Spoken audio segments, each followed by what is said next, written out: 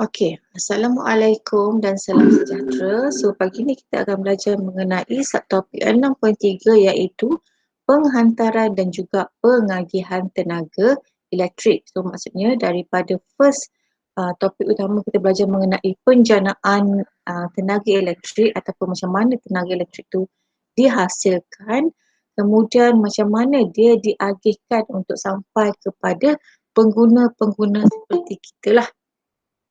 Okey, pengguna-pengguna seperti kita, contohnya untuk di rumah dan juga untuk pengguna-pengguna di kilang. Okey, so kita lihat dulu gambar rajah. So kalau awak lihat dekat sini, penjanaan maksudnya macam mana tenaga elektrik itu dihasilkan. Okey, tenaga elektrik itu dihasilkan oleh pelbagai jenis stesen janakuasa yang berbeza. Okey, so sama ada tenaga solar, stesen janakuasa hidroelektrik,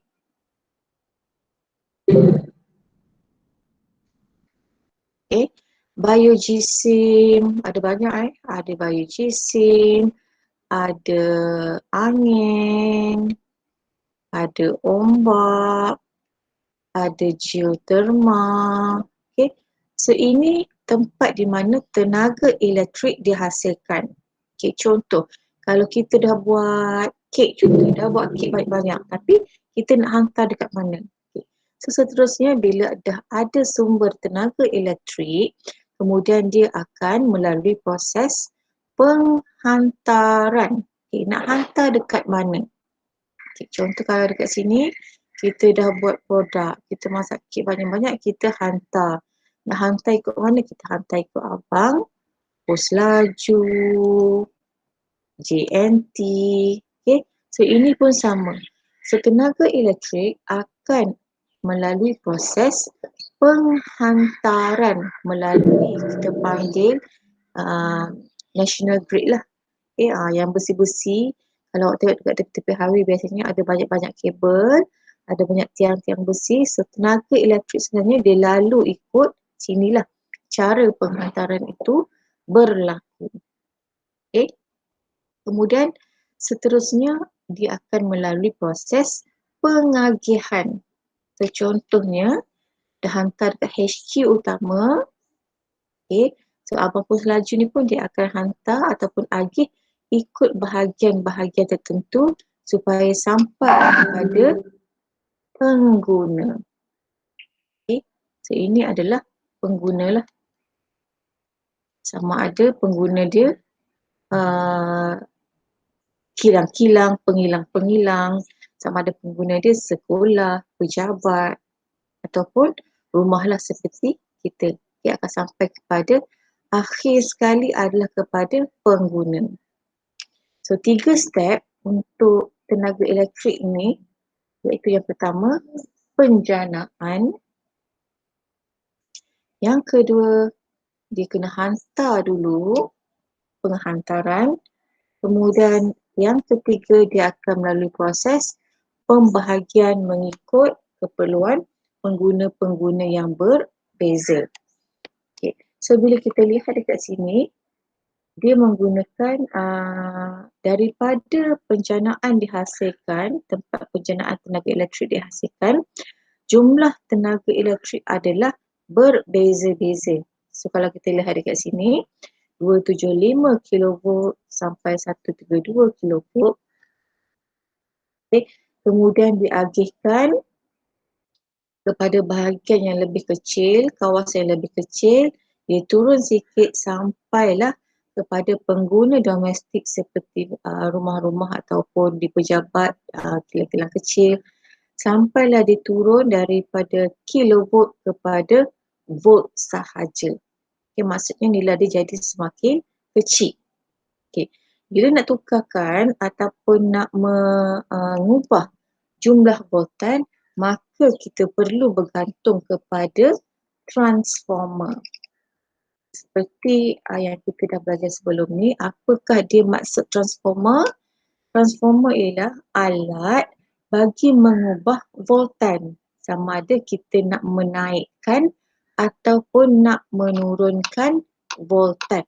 So dekat sinilah kepenggunaan transformer itu perlu ada dalam setiap cabang, di mana dekat mana kita nak mula menghantar, dekat mana kita mula nak mengagihkan kepada keperluan-keperluan pengguna. Okey, so kita lihat sama-sama dekat buku teks.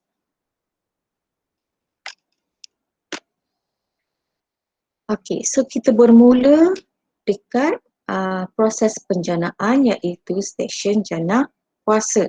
So biasanya dekat sini dia menghasilkan, setiap stesen jana kuasa menghasilkan jumlah tenaga elektrik yang berbeza.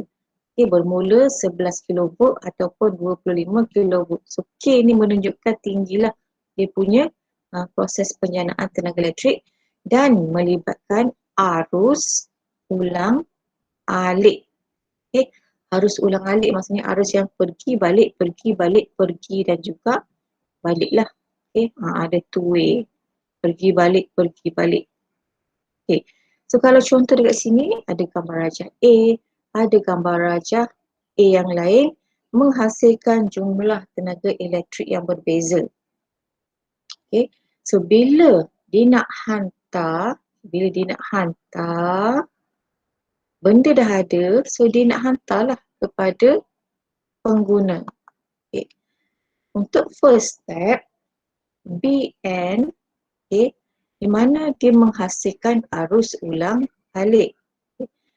So dia kena menggunakan stesen transformer injak naik. Okay. Sebab dia nak membekalkan jumlah tenaga elektrik yang banyak dan juga tinggi kepada seluruh negara. Sebab itulah kita perlu menggunakan transformer injak naik. Okay? Sebab dia nak support bekalan kepada pengguna-pengguna. Okay? Transformer injak naik. Ataupun dalam bentuk simbol, kalau naik daripada sikit kepada yang banyak. Okay?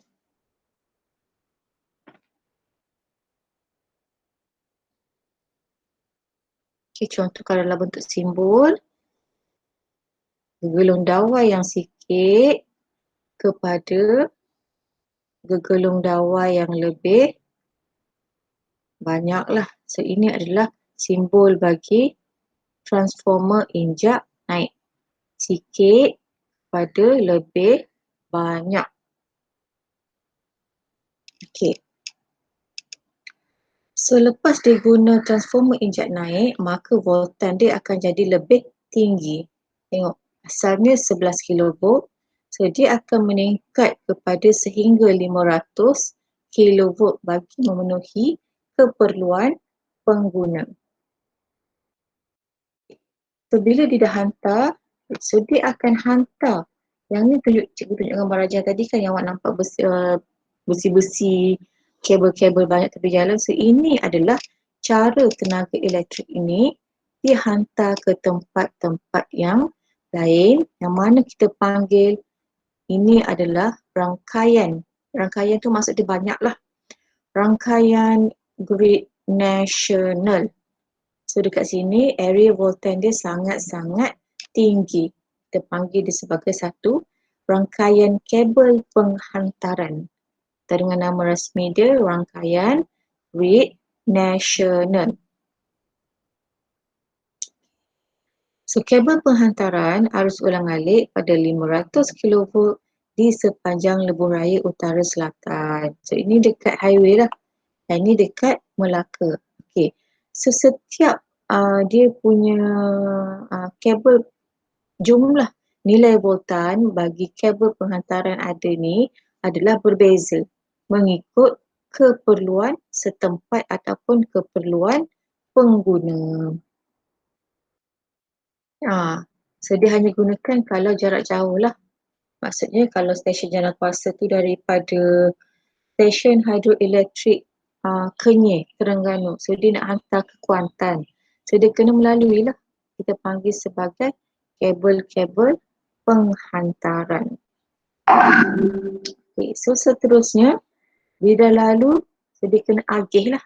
dia kena melalui proses pengagihan, di mana dekat sini ada 3 perkara yang perlu awak tahu, iaitu di penghujung grid ini arus ulang alik mengalir ke lapangan Swiss.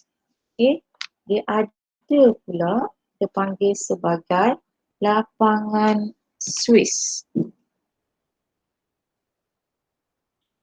di pencawang masuk utama. Okey. So kalau awak pergi jalan mana-mana lepas ni, bila awak tengok laman TMB, awak boleh baca lah sama ada dia tulis pencawang masuk utama ataupun pencawang bahagian. Okey. Sama macam analogi yang cikgu terangkan tadi, kalau kita dah ada produk, kita nak deliver barang tu, kita kena lalui proses penghantaran. So Abang Pus Laju ni dia akan hantarlah barang-barang yang kita suruh dihantar. First step dia akan hantar kepada HQ yang paling utama. So HQ dekat sini adalah pencawang masuk utama. Maksudnya ini adalah tempat di mana tenaga elektrik tu sampai dulu. So dekat sinilah kawasan dia lebih besar sikit lah. So, kat sini pun ada struktur-struktur ataupun binaan transformer. Okay, apa fungsi transformer? Transformer adalah untuk mengubah voltan, sama ada untuk menaikkan ataupun menurunkan voltan. So kalau dekat pencawang masuk utama, dia memerlukan transformer injak turun lah, sebab dia nak menurunkan daripada jumlah voltan yang tinggi didapat untuk diagihkan kepada pengguna-pengguna yang lebih kecil. Okay. Di mana dekat lapangan Swiss ini juga ataupun dikenali di pencawang masuk utama, okay, dia digunakan untuk membolehkan stesen janakuasa dan grid yang tertentu ditutup untuk kerja penyelenggaraan. Okay, maksudnya kalau ada maintenance, ada masalah dengan proses pengagihan elektrik, sedekat sinilah berlakunya. Ini dipanggil sebagai lapangan Swiss lah. Maksudnya dekat sini ada banyak-banyak Swiss yang menunjukkan contohnya ini taman bahagia. Ini Damansara Alif. Okay. Dia nak kontrol lah dekat, banyak mana penggunaan, dekat mana kawasan ada blackout. Okay. So dekat sini proses maintenance dia akan berlaku tanpa memotong bekalan elektrik kepada pengguna-pengguna yang lain.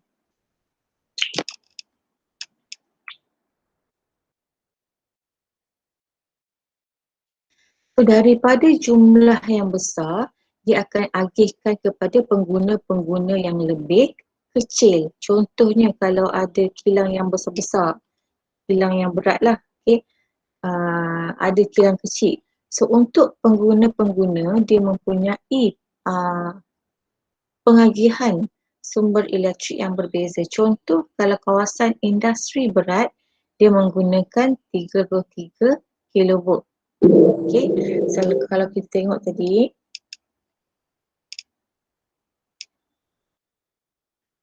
jumlah yang kita dapat ada yang 500 kilovolt, ada yang 132 kilovolt. Sekarang selepas dia melalui transformer injak turun, maka dia sudah menurunkan nilai-nilai voltan mengikut keperluan. Kalau industri berat 33 kilovolt. Okey, mungkin kalau industri ringan 11 kilovolt, lagi rendah. Okey, dia mengikut keperluan. Okey, antara pengguna-pengguna yang lain selain daripada kilang, contohnya seperti hospital, pejabat dan juga rumah-rumah. Okey. So kalau hospital lebih kurang 415 volt, sama juga dengan pejabat yang besar lah. Bangunan yang besar dan bangunan tinggi. Okey. Untuk rumah dia hanya menggunakan 240 volt. Okey. So bila kita lihat contohnya dekat gambar raja ni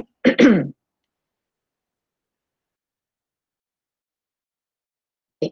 So daripada stesen janakuasa, dia akan lalu proses penghantaran elektrik dekat national grid, kemudian dia hantar dekat pencawang utama bahagian, pencawang utama. Okey. Kemudian dekat daripada pencawang utama dan juga pencawang bahagian, sumber tenaga elektrik akan lalu dekat tiang-tiang elektrik ni.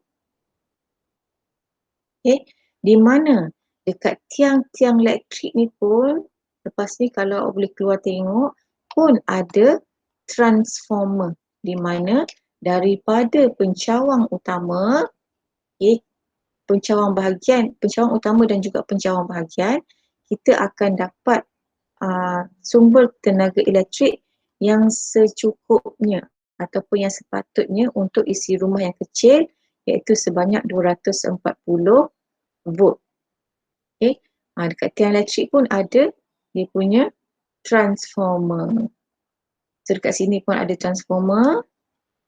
Nak sampai ke HQ dekat pencawang bahagian pun ada transformer. Dekat dalam ni pun ada transformer bagi menurunkan. Cuma bezanya sama ada transformer injak naik ataupun transformer injak turun. Okay. Kalau dekat sini dia menaik untuk memenuhi keperluan tenaga elektrik, digunakan transformer injak naik. Bila sampai dekat yang kawasan pencawang bahagian, dia turunkan menggunakan transformer injak turun. Ini pun sama, dia menggunakan transformer injak turun bagi menurunkan voltan mengikut keperluan pengguna. Okey. Ini gambar rajanya. Bila awak tengok, bila awak nampak je simbol gegelung ni, maka ini menunjukkan gambar rajah transformer. So, kalau kat sini daripada gegelung yang sikit kepada gegelung yang lebih banyak, ini adalah transformer injak naik. Okay. So daripada rangkaian grid nasional, jumlah dia 132, tinggi. Dia nak turun kepada 33 dan juga 11V dia menggunakan, okay. So awak tengok aliran dia daripada sini ke, daripada kanan ke kiri. So daripada gegelung banyak kepada gegelung sikit. So dia menggunakan transformer injak turun. Awak kena tengok laluan dia lah. Tengok laluan dia lalu mana. Baru nampak sama ada dia menggunakan transformer injak naik ataupun transformer injak turun. Okey, ada soalan setakat ni? Tak ada, cikgu. Okey, kalau tak ada, so untuk tugasan hari ni cikgu hanya bagi tugasan secara online di mana awak perlu jawab soalan dekat live worksheet. Okey, pautan cikgu dah bagi dan juga macam mana cara awak nak hantar. Pastikan awak hantar bila klik finish, email my answers to my teacher. Okey, awak kena emailkan jawapan tu pada cikgu, masuk ke email. Baru dia automatik cikgu akan nampak awak punya jawapan.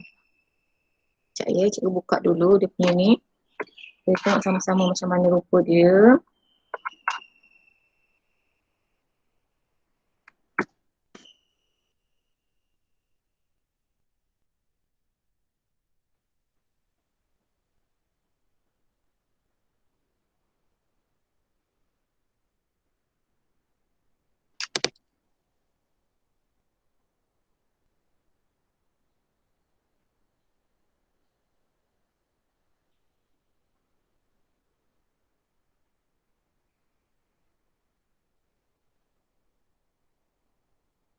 Sekejap ya, dia lag ni. Rap dia dah slow dah.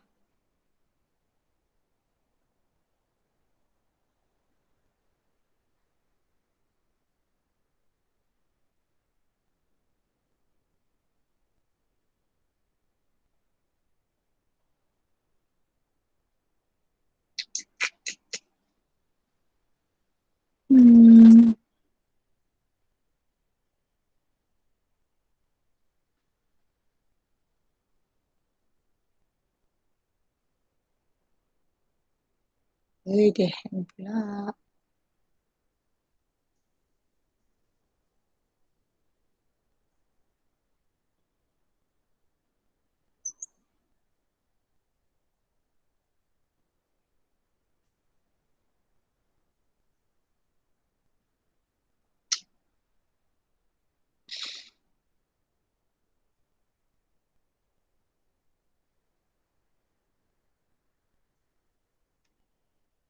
Okey, cikgu rasa mungkin laptop ni ada masalah loading.